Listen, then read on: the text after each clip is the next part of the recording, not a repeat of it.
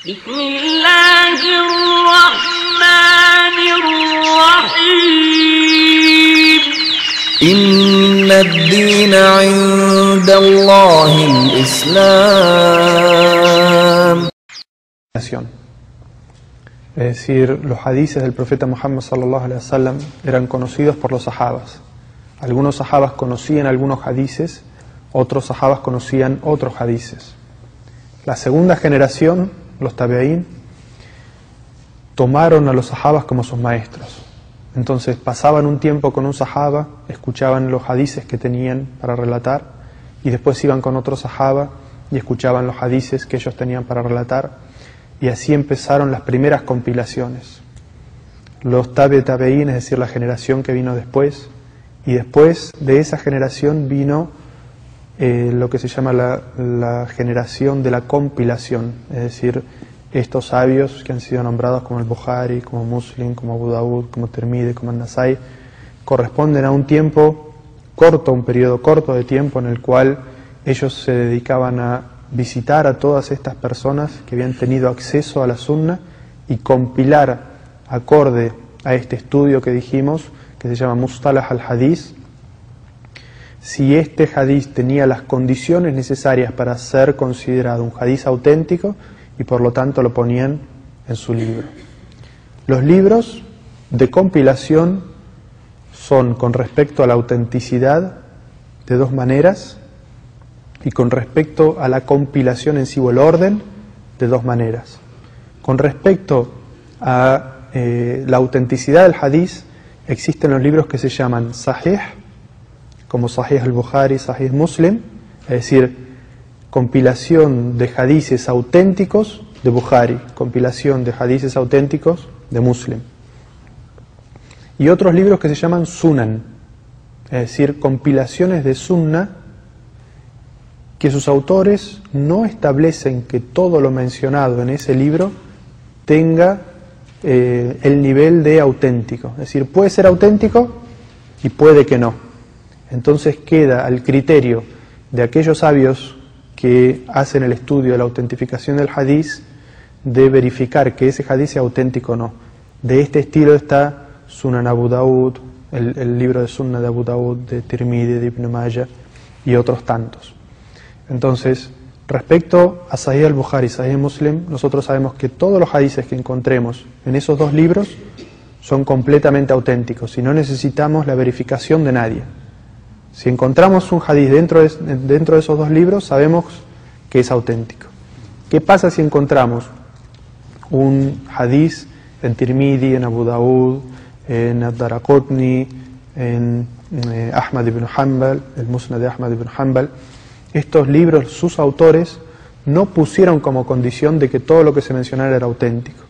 Entonces necesitamos la verificación de algún otro sabio del hadith que estudiara la cadena de narración y nos dijera este hadith es auténtico, es aceptable o es débil. Y por eso están muchos libros que se dedicaron a eso. Entonces cada vez que nosotros encontramos un hadith que dice narrado en Abu Dawud, narrado en Tirmidhi, narrado en Ahmad ibn Hanbal, debemos preguntar a un sheikh o a una persona letrada si ese hadith está dentro de los que son auténticos o no. Y con respecto a la forma de la organización de los libros, están los libros que se llaman Sunna y está el libro que se llama Musnad. En los libros de Sunna, como el de Sahih al-Bukhari, Sahih Muslim, Sunan Abu Dawud, Sunan Ibn Majah, los hadices tienen una organización temática. Es decir, hadices sobre la aqida, están todos los hadices que hablan sobre la aqida. Hadices sobre salat, todos los hadices que hablan sobre salat. Hadices sobre el ayuno, todos los hadices que hablan sobre el ayuno. Y después está el otro tipo de libro que es el Musnad, en el cual los hadices están organizados por el sahaba que los narra. Entonces el libro empieza por Abu Bakr, todos los hadices que narró Abu Bakr, aunque el primero sea sobre aqida, el segundo sobre salah, el tercero sobre el hajj y el cuarto sobre un tema de transacciones económicas. No importa el tema, importa quién lo narra. Estos libros no son muy útiles para el lector común, sino que son más útiles para el investigador que quiere saber cada sahaba sobre qué tema narró. Bismillah, salatu wa salam ala Rasulillah. La persona que recién acaba de pronunciar la shahada tiene dos asuntos importantísimos sobre los que debe estudiar. El primero de ellos es sobre el significado de lo que acaba de pronunciar. Es decir, qué significa la shahada que acaba de pronunciar y cuáles son las implicancias que tiene la shahada que acaba de pronunciar. Es decir, que tiene que estudiar bien la creencia. Eso es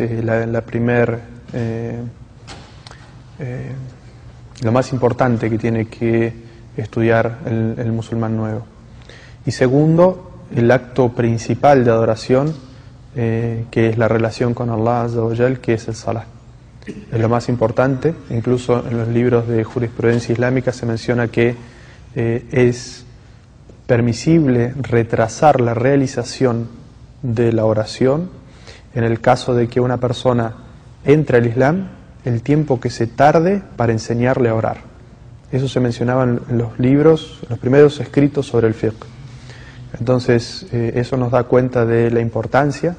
Eso sin mencionar que el profeta sallallahu alaihi wasallam dijo que era lo primero que tenían que hacer las personas, lo primero sobre lo que iban a ser juzgados, y la única acción por la cual, si una persona la abandona conscientemente de su obligatoriedad, puede llegar a abandonar el Islam.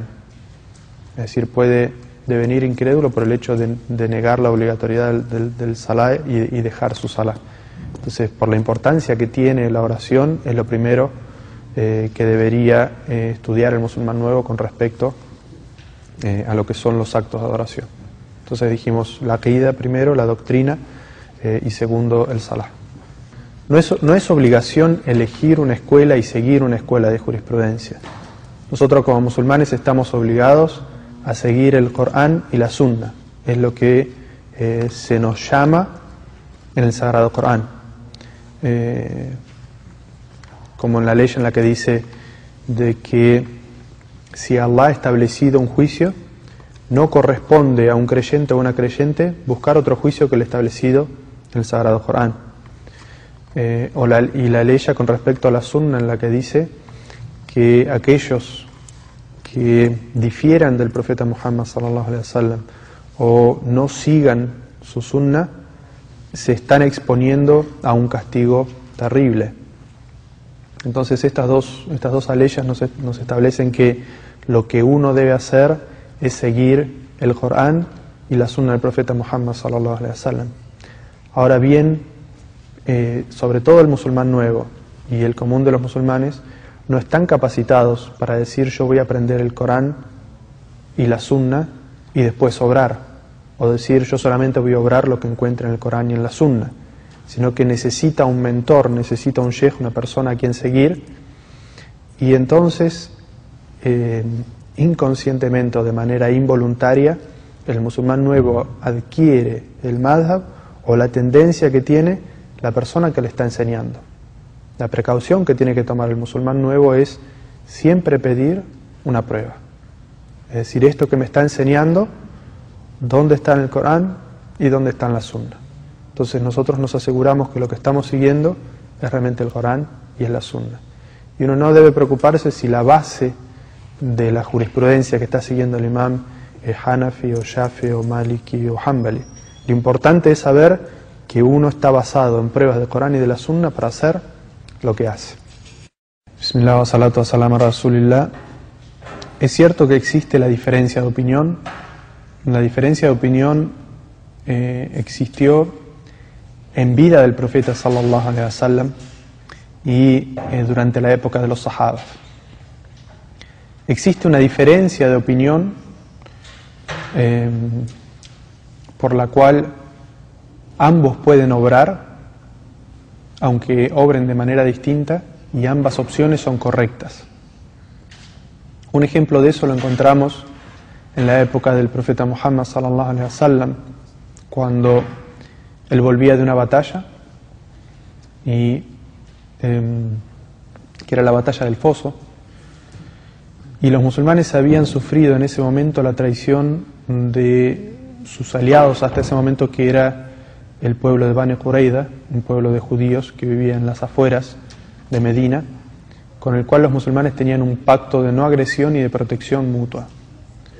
Cuando los musulmanes fueron atacados por una alianza de fuerzas de distintas tribus árabes, esta tribu judía, en vez de respetar este pacto de alianza, de no agresión y de protección mutua, traicionaron a los